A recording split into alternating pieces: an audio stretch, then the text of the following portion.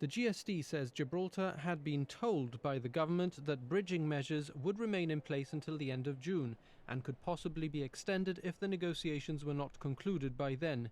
Yet, at the start of June, the Spanish authorities have started stamping the passports of British resident blue ID card holders. The opposition party points to the government's statement that this measure could relate to UK travel, but asks how this is logical, as ID card holders of whatever colour reside in Gibraltar. Opposition leader Keith Asopardi says the government should confirm now whether bridging measures will be extended until the conclusion of negotiations, adding that otherwise the Chief Minister would be piling this on top of his failure to obtain a safe and beneficial treaty for Gibraltar so far. Dr. Asopardi says any failure to get bridging measures would simply exacerbate the situation and lies at the government's door alone.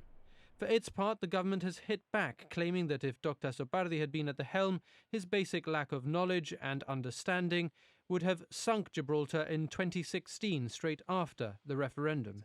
The government accuses Dr. Asopardi of acting in a self-interested way in a matter that they say is too important to play politics with in this way. It says none of the overseas territories of the United Kingdom, or indeed of the European Union, were covered by the UK-EU Trade and Cooperation Agreement because the EU refused to engage with the UK on their inclusion. The Gibraltar government says it wants a mobility agreement in the main, not a trade agreement. It suggests Dr. Asopardi has not grasped this.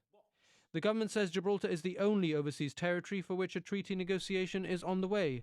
Fabian Picardo accuses the leader of the opposition of issuing a factually inaccurate statement and attempting to blame the government for everything under the sun, even issues which are very obviously outside Gibraltar's control.